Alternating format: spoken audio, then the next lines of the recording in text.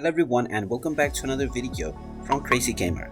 In this video, I'm going to show you how to change your team on the FIFA mobile game. So let's get started right away. First of all, if you open up the game and start playing for the first time, you will be taken through the basic tutorial levels.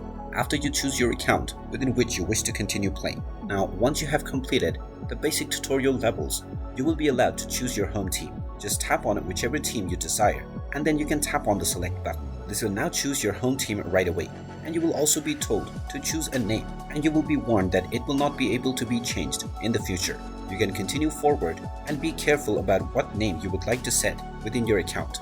After entering your desired name, tap on the continue button, and now you will immediately be able to start playing using your team that you have selected.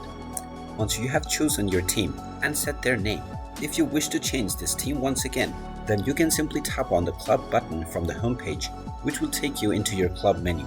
Now from this page, tap on locker room, and now you can tap on home team, which will allow you to choose your desired home team once again. You can simply tap on whichever team you wish to change into, and then tap on select, and your home team will be changed right away.